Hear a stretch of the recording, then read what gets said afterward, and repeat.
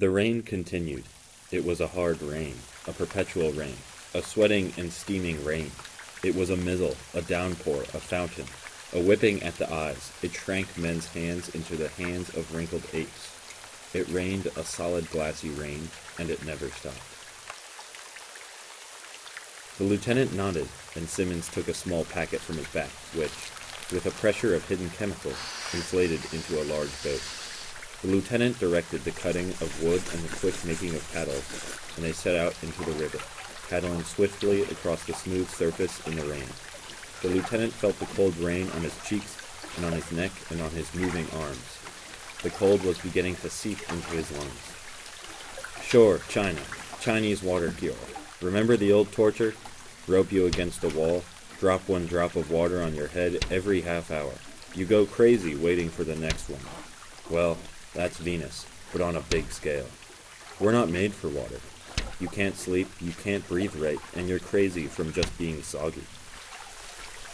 They crossed the river, and in crossing they thought of the Sundome, somewhere ahead of them, shining in the jungle rain. A yellow house, round and bright as the sun. A house 15 feet high by 100 feet in diameter, in which was warmth and quiet and hot food and freedom from rain. And in the center of the Sundome, of course, was a sun. There it would be, the yellow sun, just the size of the Earth sun. And it was warm and continuous, and the rain world of Venus would be forgotten as long as they stayed in that house and idle to their time. They leaped out onto the farthest shore, splashing and sending up showers. The boat was deflated and stored in a cigarette packet. There, standing on the rainy shore, they tried to light up a few smokes for themselves, and it was 5 minutes or so before, shuddering, they worked the inverted lighter and, cupping their hands, managed a few drags upon cigarettes that all too quickly were limp and beaten away from their lips by the sudden slap of rain. They walked on. From a distance they heard a roar, and the monster came out of the rain. The monster was supported upon 1,000 electric blue legs. It walked swiftly and terribly. It struck down a leg with a driving blow. Everywhere a leg struck, a tree fell and fell. Great whiffs of poison filled the rainy air, and smoke blew away and was broken up by the rain. The monster was a half-mile wide and a mile high, and it felt the ground like a great blind thing. Sometimes, for a moment, it had no legs at all, and then, in an instant, 1,000 whips would fall out of its belly, white-blue whips, to sting the jungle. The monster came and stood over them. It dropped down 10 blue bolts of lightning, which struck the rocket.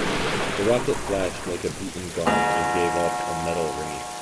The monster let down 15 more bolts, which danced about in a ridiculous pantomime, feeling of the jungle and the watery surf. The storm above them flashed down another series of bolts and then moved on away. Once again, there was only the rain, which rapidly cleared the air of the charred smell, and in the moment the 3 remaining men were sitting and waiting for the beat of their hearts to subside to quiet once more. There were things that crawled on his skin. Things grew upon him in layers. Drops fell and touched other drops and they became streams that trickled over his body. And while these moved down his flesh, the small growths of the forest took root in his clothing. He felt the ivy cling and make a second garment over him. He felt the small flowers bud and open and petal away, and still the rain patter on his body and on his head. The rain hit his face. He covered his face with his hands. The rain hit his neck. He turned over on his stomach in the mud on the rubbery plank, and the rain hit his back and hit his legs. Through the trees, a long, round, yellow building, far away.